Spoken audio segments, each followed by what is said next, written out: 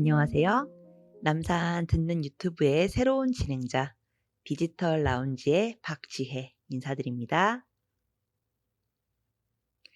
저는 지난 7월 1일자로 남산 도서관에서 근무하게 되었습니다. 사서로 10년 가까이 지내면서 남산 도서관은 저한테 두 번째 근무지인데요. 라디오 방송 DJ라는 흔치 않은 업무를 맡게 되면서 새롭고 떨리는 기분이 듭니다. 그래서 하반기부터 남산 듣는 유튜브에 변화가 있을 예정인데요. 바로 오늘부터 미디어 창작 동아리 남도라이 상자에서 준비한 코너가 방송됩니다. 그런데 이분들이 지난달에 이미 내가 만드는 라디오 방송이라는 주제로 방송을 진행하셨는데요. 아주 완성도 높은 내용을 들려주셨답니다. 그래서 하반기 짝수월마다 어떤 즐거움과 감동을 주실지 기대해 주셔도 좋을 것 같습니다. 그리고 다음 달부터 메인 코너도 바뀔 예정인데요. 어떻게 바뀔지는 방송 끝부분에서 알려드리려고 합니다. 궁금하시다면 오늘 방송 끝까지 들어주세요. 이 방송을 녹음하고 있는 지금은 장마가 막 끝나가고 있는 시점입니다. 여러분께서는 어디서 듣고 계실지 매우 궁금한데요. 저희 방송이 업로드되는 시점과 맞물려서 생각해 본다면 시원한 여름 바다 여행을 앞두고 계시지 않을까 싶습니다. 그래서 오늘 첫 곡으로 선곡해 보았습니다. 싹스리의 다시 여기 바닷가.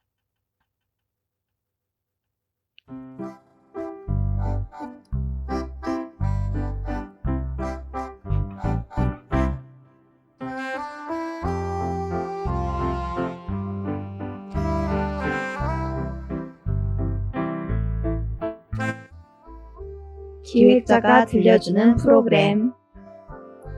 그러면 첫 번째 코너, 기획자가 들려주는 프로그램을 진행하도록 하겠습니다. 오늘 제 옆자리에는 오늘의 기획자 김지수 사서가 나와 있는데요. 안녕하세요. 인사 한 말씀 부탁드립니다. 안녕하세요. 남산도서관 자연과학실 사서 김지수입니다. 만나서 반갑습니다. 유튜브를 통해 듣기만 했었는데 이렇게 라디오 방송을 통해 제 목소리를 전해드리게 되니 감회가 새롭습니다. 네. 오늘은 제가 진행하는 남산 듣는 유튜브 첫 번째 방송 날인데요. 축하 한마디 요청드려도 괜찮을까요? 디지털 라운지에 새로 오셔서 적응하시느라 분주하실 텐데 라디오 방송까지 준비하시느라 많이 바쁘셨죠? 그래도 하반기 알찬 방송 기대하겠습니다. 응원 감사합니다, 기획자님. 앞으로 더 좋은 방송 들려드리도록 노력하겠습니다. 그러면 오늘은 어떤 프로그램을 소개하고 싶어서 스튜디오를 방문해 주셨을까요? 남산도서관 각 자료실에서는 매월 다양한 도서들을 추천하고 있는데요. 어떤 과정을 통해 자료를 추천하는지 알려드리기 위해 나왔습니다. 프로그램이라고 하긴 어색하지만 많이들 궁금해하실 것 같은 주제여서 자연과학실에서 추천 도서를 담당하고 있는 제가 대표로 남산 듣는 유튜브를 방문해 봤습니다. 와, 궁금했던 내용인데요. 오늘 기획자님께서 잘 설명해 주시면 아주 좋을 것 같습니다. 무더위를 피하기 위해 도서관을 방문하실 때 어떤 책을 읽을까 많이 고민하실 텐데요. 이때 아마 사서 추천 도서가 큰 도움이 될 것 같습니다. 오늘 방송을 들으시면 도서들이 어떤 과정을 통해 추천되는지 궁금증이 해소될 것 같은데요. 그래서 드리는 질문입니다. 매월 추천 도서는 어떻게 선정하고 계신가요? 주제도 매월 바뀌는 걸까요? 네, 추천 도서는 인문사회과학실, 자연과학실, 문학실에서 각각 매달 2권씩 이용자분들이 읽어보셨으면 하는 책을 총 6권 회의를 통해 선정하고 소개해드리는 제도입니다. 이 제도에는 특별한 점이 2가지 있는데요. 먼저 인문사회과학실에서는 2분의 사서 선생님이 참여하셔서 한 분은 성인, 한 분은 청소년 대상 책을 선정한다는 점이고요. 또 문학실에서는 한국문학자료관의 특성을 담아 항상 한국 문학 중에서 추천 도서를 고른다는 점입니다. 그리고 주제 역시 매월 바뀌는데요. 자연과학실 추천도서 담당인 저의 경우엔 0번대인 총류와 500번대인 기술과학 도서를 이번 달에 선정했다면 다음 달에는 400번대인 자연과학과 600번대인 예술 도서를 선정해 여러 분야의 도서가 골고루 소개될 수 있도록 하고 있습니다. 추천도서 선정 과정을 말씀드리자면 우선 매월 초에는 추천도서 선정 회의를 거치는데요. 여기서 사서들이 각 자료실별로 추천 후보 도서를 4권씩 들고 모여 12권 중 6권의 추천 도서를 확정하게 돼요. 각자 후보로 선정한 책을 소개하고 각 책의 내용이 흥미로운지, 분량과 가독성은 적당한지, 저자가 신뢰할 만한 사람인지 등을 종합적으로 고려해서 최종 추천 도서가 결정됩니다. 그렇게 선정하게 된 추천 도서에 대해서 각 사서들은 매달 말까지 서평을 작성해서 이용자분들께 공개하고 있습니다. 와, 이런 꼼꼼한 과정을 거쳐 매월 사서 추천 도서들이 선정되는군요. 그렇다면 이렇게 매월 업데이트되는 추천 도서 목록은 어디서 볼 수 있을까요? 남산도서관 홈페이지에 자료 검색, 사서 추천 자료 코너에 가시면 월별로 사서 추천 도서를 검색해 보실 수 있습니다. 사서 추천 도서 이외에도 자료실별로 각기 다른 정보를 제공하고 있는데요. 인문사회과학실에서는 지역 문화 정보를, 자연과학실에서는 생태환경 등 과학 정보를 제공하고 있습니다. 또 한국문학자료관이 함께 있는 문학실에서는 남산도서관의 특화 자료인 한국문학 관련 문학 소식을 제공하고 있고요. 마지막으로 독서치료어학실에서는 남산도서관 특색 사업인 독서치료 사업과 관련해서 상황별 독서 목록을 제공하고 있습니다. 이런 정보 제공 서비스들은 남산도서관 홈페이지의 프로그램 탭이나 남산도서관 소식지 남산 1922에서 만나보실 수 있고요. 또 도서관에 직접 방문하시면 각 자료실별 게시판에서도 확인해 보실 수 있습니다. 네, 감사합니다, 기획자님. 역시 도서관은 다양한 정보의 바다네요. 거대한 정보의 바다에서 길을 잃지 않게 하는 사서의 역할이 참 중요한 것 같습니다. 기획자님은 지난해 7월에 남산도서관으로 신규 발령을 받아 사서로서 첫 발을 떼신 것으로 알고 있는데요. 이제 근무를 시작하신 지 1년이 지났는데 새내기 사서로서 공공도서관 사서 라이프 어떠신가요? 우선 저는 1년이 이렇게 금방 지나갈 줄은 상상도 못했는데 생각보다 시간이 더 빠르더라고요. 저는 이곳이 첫 직장이고 이전에 도서관에 근무해 본 경험이 전혀 없어서 모든 걸 처음부터 배워야 한다는 부담감이 컸어요. 그래도 주변에 도와주시는 분들도 많고 제가 처음인 것을 알고 여러모로 배려해 주시는 분들이 많아서 잘 적응할 수 있었습니다. 아직도 실수를 하고 모르는 게 자꾸 나와서 당황할 때도 있지만 다음번에는 같은 실수를 반복하지 않겠다고 다짐해가며 계속 배워나가는 중입니다. 그리고 사서로 일하면서 가장 좋은 점은 책을 항상 가까이 할 수 있다는 점이에요. 저는 사서가 되기 전에는 책을 많이 읽지 않았는데 도서관에 근무하게 되면서 추천도서도 제공해야 하고 독서회도 운영해야 하다 보니 한 달에 최소 3-4권씩은 꾸준히 읽게 되더라고요. 또 제가 추천한 책을 많은 이용자분들이 대출하시고 예약까지 하시는 모습을 볼 때가 가장 보람찬 순간이에요. 사서라는 직업을 선택하길 잘했다는 생각이 들고 앞으로의 사서 라이프도 기대가 됩니다. 네. 기획자님의 말씀을 들으니 저도 신규 발령 받았던 때가 생각이 나는데요. 그때를 다시 떠올려 보면서 마음을 다잡아 보겠습니다. 그럼 끝으로 오늘 남산 듣는 유튜브 청취자 여러분들과 함께 듣고 싶은 곡을 선곡해 주십사 부탁드렸었는데요. 어떤 곡을 선곡하셨을까요? 이번 달 남산 듣는 유튜브의 주제가 피서 명당 도서관이라고 들어서 듣기만 해도 시원해지는 청량한 음악을 선곡해 봤는데요. 바로 뉴진스의 어텐션입니다. 더운 날씨에 이런 시원한 노래를 들으면서 독서를 하면 저절로 힐링이 될 것 같아요. 네. 그러면 기획자님이 선곡해 주신 뉴진스의 어텐션 들으면서 이번 코너 마치도록 하겠습니다. 감사합니다. 감사합니다.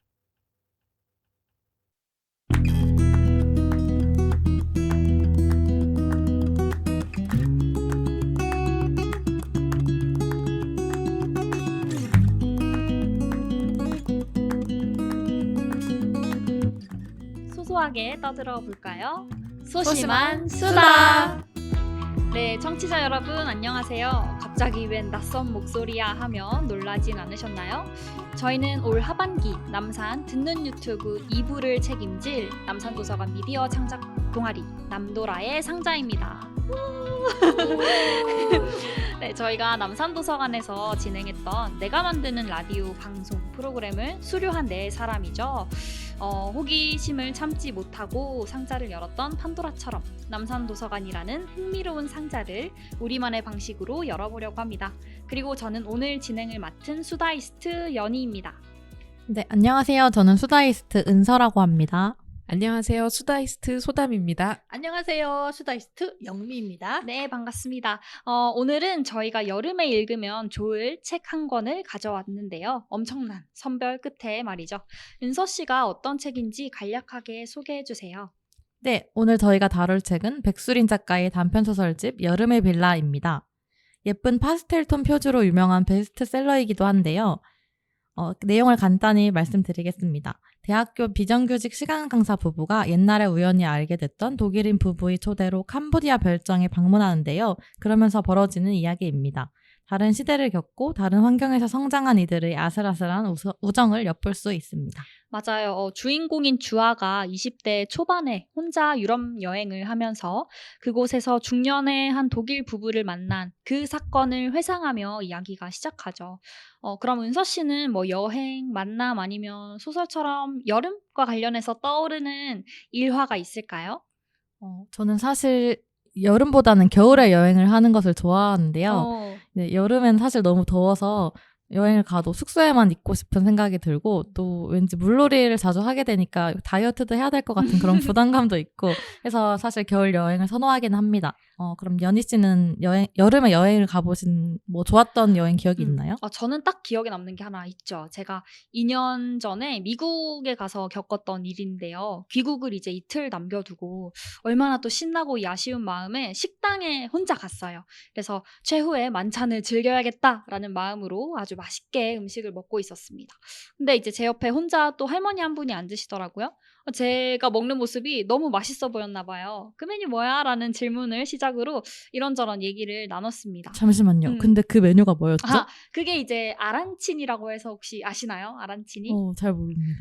간단하게 생각하면 이탈리아식 주먹밥이라고 생각하면 돼요. 굉장히 맛있습니다. 그래서 그 할머니가 이제 이탈리아에서 오셨는데 미국에 살고 계셨거든요. 미국에 다시 오면 우리 집에 와 하면서 주소도 남겨주시고요.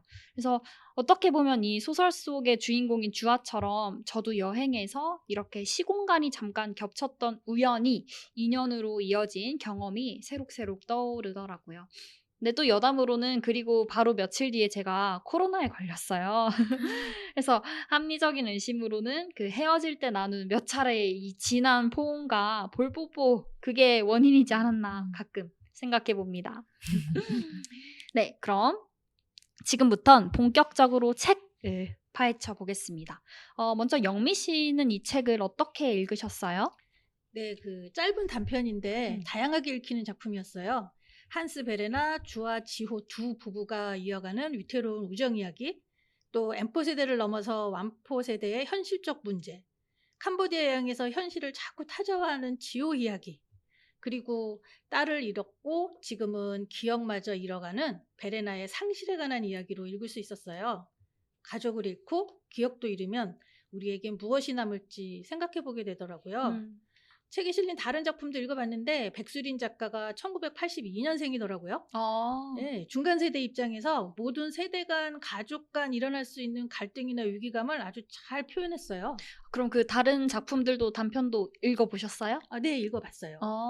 어떻게 좀 이 여름의 빌라랑 분위기가 비슷한가요? 아니면 좀 다른가요? 네네, 작품마다 그 한 가지씩 어떤 그런 비슷해요. 그 갈등 문제, 친구가 아닌 친구도 나오고 뭐 외국인 뭐 배경도 나오고 뭐 하여튼 사람과 사람 사이에 일어날 수 있는 갈등 같은 거를 잘 녹여냈더라고요. 저는 솔직히 지금 아직 3분의 2 정도 읽었는데 알겠습니다. 네, 한번 읽어볼게요. 네. 그러면 지금 이 짧은 내용 안에서도 되게 많은 게 담겨 있는 것 같아요. 우리 이번에는 이 책의 갈등이죠. 그 베레나 부부와 지호, 주아 부부 그 갈등을 중심으로 한번 이야기해 볼게요. 소담 씨가 구체적으로 설명해 주실까요? 네, 그 주와 지호 부부와 베레나 한스 부부의 대비가 굉장히 흥미롭게 묘사되어 있는데요. 먼저 주와 지호 부부는 현재 시간 강사로 일하면서 좀 불안정한 어떤 환경 속에 놓여 있어요. 그래서 그 베레나의 초청으로 캄보디아에 왔지만 뭔가 계속 불편함을 느끼거든요. 네. 앳된 마사지사에게 발을 내주고도 마음이 불편하고 그곳에 수상가옥에 가서도 굉장히 좀 불편한 감정을 많이 느낍니다. 하지만 베레나 부부는 전혀 다른 시각을 갖고 있어요. 베레나 부부는 안정적으로 보이는 환경 속에서 살고 있고 그리고 캄보디아의 어떤 척박한 환경을 보면서도 여행을 좀 충분히 즐기고 그들의 모습을 보면서 삶을 즐기는 사람들의 모습이 대단하다. 이렇게 얘기하거든요. 그래서 이러한 대비가 여행 내내 긴장감을 만들어내는 것을 볼 수 있었습니다. 제 기억으로도 분명히 주아가 처음 며칠 여행 동안에는 재밌다, 즐겁다라고 생각했던 것 같아요. 근데 이 점점 같은 곳에서 같은 걸 보고도 너무나 상반된 감정을 느끼면서 그 지점에서 주아가 불편함을 느끼지 않았나 했던 것 같습니다. 어떻게 보면 아직까지는 갈등이 막 겉으로 드러나지는 않았지만 그래도 뭔가가 터지지 않을까 두근두근 하는 그 부분인 것 같아요. 그렇죠? 맞아요. 여행 내내 느껴지던 그 미묘한 어긋남은 결국 마지막 날 밤 술자리에서 폭발하고 마는데요. 저도 이 부분을 가장 재밌게 읽었습니다. 이제 한국인 남성인 지호는 관광객들이 없었다면 수상가옥에서 일하는 캄보디아 아이들이 상대적으로 빈곤을 느낄 필요도 없었을 거라고 보지만 독일인 남성 한스는 지호의 이런 생각이 되려 고정관념 때문이라고 생각합니다. 보트를 젓고 바나나를 파는 게 다 노동의 일환인데 그들의 돈벌이를 안타까운 행위로 여기는 게 오히려 노동의 가치를 폄하하는 것이라고 그렇게 생각하는 거죠. 각자의 자리와 각자의 역할에 만족하고 살면 되는데 불만족하니까 증오가 생기고 폭력이 생긴다는 게 한스의 의견입니다. 그 술자리 토론 장면이라고 해야 될까요? 거기서 이제 침묵이랑 대화가 계속 반복되면서 또 주아는 이 속에서 어떻게든 긴장감을 풀어보려고 하는 모습이 굉장히 오히려 읽는 사람의 긴장감을 자아냈던 것 같아요. 은서 씨는 지호와 한스 중에서 어느 쪽의 의견에 좀 더 마음이 기울으셨나요? 지호가 지나치게 염세주의적인 것 같다는 생각이 들다가도 한스의 발언이 조금 위선적으로 느껴지기도 했습니다. 사실 보면서 누구 말이 맞을까 하고 생각을 했었지만 정답은 없는 것 같습니다. 각자 살아온 길이 다른 만큼 세상을 보는 관점이 다른 게 당연하겠죠? 저 또한 저만의 기준으로 그들의 인생이나 가치관에 대해서 이러쿵저러쿵 평가하지 않기로 생각을 했습니다. 그치만 좀 인상 깊은 대사는 있었는데요. 이야기 중에서 지호가 분노 어린 그런 감정을 담아서 얘기를 하는데 폭력에 대해 비판할 수 있는 자격이 있는 건 폭력 이외의 수단을 갖지 못한 자들 뿐이야 라는 그런 대사가 마음에 와닿긴 했습니다. 그쵸. 사실 이 모든 갈등이 간단히 보면 나랑 다른 사람인 거를 받아들이면 참 이 간단하고 쉬운 문제일 텐데 그게 어려운 것 같아요. 타인과 나 사이에 계속 뭔가 존재하기를 기대하는 게 어떻게 보면 당연한 마음 같기도 하죠. 하지만 이런 갈등 속에서도 희망을 주는 아주 귀엽고 깜찍한 존재가 등장하잖아요. 네네. 이 작품 뒷부분에 아주 깜찍한 조연이 등장해서 하드캐리 하는데요. 네. 베레나의 외손녀 레온이에요. 이거 다 얘기하면 스포일러인데. 스포. 그 주아하고 레온이하고 이제 놀고 있는데 그 캄보디아 소년이 이렇게 쓱 다가와요. 네. 근데 여기서 그 금을 그어요. 바닥이에요. 그거는 좀 이렇게 얘기하면 안 될 것 네. 같기도 하고 하여튼 그 소년 뒤에 금을 이렇게 그으면서 그 낯선 땅에서 그 낯선 캄보디아 소년하고 함께 하나가 돼요. 아주 깜찍한 그런 일을 일을 벌이고 있는데 눈 뜨고 잠들 때까지 우리 범주화하다가 하루가 다 가잖아요, 우리는. 그래서 우리 편이냐, 적이냐, 뭐 흑이냐, 백이냐. 거미줄 같은 카테고리 속에서 오류에 빠지기도 쉽고 한데 이 레오니가 이 줄 하나로 그 경계를 싹 허물어 버려요. 레오니 친구가 칸트의 범주론을 알고 있는 게 분명해 보입니다. 저 잠깐 이 칸트의 범주론에서 갑자기 머리가 막 아파지는데 레오니가 칸트의 범주론을 알고 있을까요? 이 친구 분명히 알고 있습니다. 보통이 아니에요. 그러니까 낯설음, 뭐 인종 등등 모든 선입견 없이 하나의 범주로 그냥 세상을 딱 묶어버리는 거죠. 선 하나로. 그러니까 현실을 살아내야 하는데 뭐 이제 정답은 없지만 아직 시작되지 않은 세대를 대표해서 이 레오니가 아주 참신한 비전을 제시해 주는 것 같아요. 백수린 작가의 탁월한 narrative가 이 작품 읽는 즐거움을 더해줍니다. 다들 현실이 녹록지 않잖아요. 네. 하지만 이 레오니 같은 친구들이 있으니까 다음 세대는 희망을 가져봐도 괜찮을 것 같습니다. 레오니가 저보다 나은 것 같습니다. 분명히 네. 레오니의 순수한 시선이 우리에게 이야기하는 게 있다고 생각할 수 있겠네요. 또 청취자 여러분들도 읽으면서 어떤 지점일지 생각해 보면 좋을 것 같습니다. 은서 씨, 그럼 우리 이 책을 한번 영업해 보죠. 이번 여름에 여름의 빌라를 읽어야 하는 이유가 무엇일까요? 네, 여름의 빌라는 가벼워 보이는데 무거운 책이라고 말씀드릴 수 있을 것 같습니다. 처음에는 저도 관계에 대한 이야기라고만 생각했는데 보다 보니까 나아가 인생에서 무엇이 중요한 가치인지 또 세상을 어떻게 바라보아야 되는지 그런 진지한 이야기들에 대해서도 생각하게 하는 철학적인 소설이었던 것 같아요. 그래서 철학적인 이야기 좋아하시는 분들이 한 번씩 읽어보시면 좋을 것 같습니다. 네, 좋습니다. 오늘은 우리 여름처럼 다채로운 색깔을 가진 백수린 작가의 단편 소설집 여름의 빌라에 대해 이야기 나눠보았습니다. 그럼 저희는 마지막으로 책 속 한 구절을 들려드리면서 다음 방송에서 더 수다스럽게 찾아오겠습니다. 안녕! 하지만요, 베레나, 이것만큼은 당신에게 분명히 말할 수 있어요. 시간의 흐름에 따라 당신의 기억이 소멸되는 것마저도 우리에게 주어진 삶의 순리라고 한다면 나는 폐허 위에 끝까지 살아남아 창공을 향해 푸르게 뻗어나가는 당신의 마지막 기억이 이것이었으면 좋겠습니다. 당신의 딸이 낳은 그 어린 딸이 내게 그렇게 말한 후 환하게 웃는 장면이요.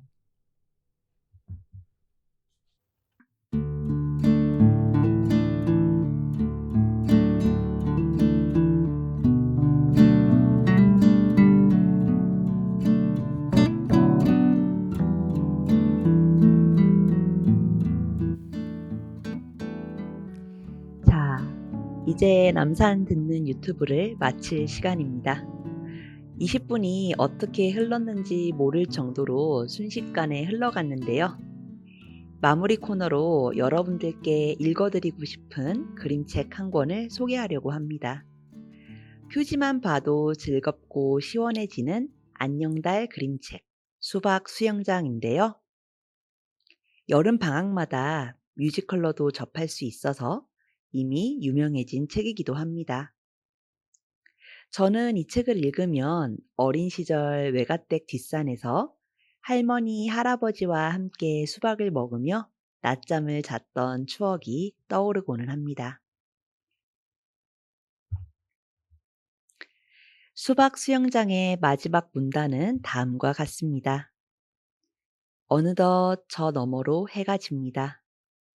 세상의 색도 지고 마지막 아이마저 떠나면 수박 수영장은 문을 닫습니다. 하지만 괜찮아요. 수박 수영장은 내년에 또 열릴 테니까요. 여러분께도 매년 열리는 수박 수영장처럼 여름이 돌아올 때마다 떠오르는 추억이 있으실까요? 함께 공유하고 싶은 추억이 있으시면 댓글로 남겨주세요. 다음 시간에 읽어드리도록 하겠습니다. 오늘 방송을 처음부터 들으신 분들은 기억하실 텐데요. 다음 달부터 첫 번째 메인 코너가 바뀔 예정입니다. 이름하여 사연을 담은 마음 책방인데요. 남산도서관 홈페이지에 들어오시면 여러분들의 사연을 올릴 수 있는 공간이 마련되어 있습니다. 여러분들의 사연은 남산도서관 홈페이지에 접속하신 후 사연을 담은 마음 책방 코너에 적어주시면 되는데요. 방송에 실리는 사연의 경우 소정의 상품도 제공될 예정입니다.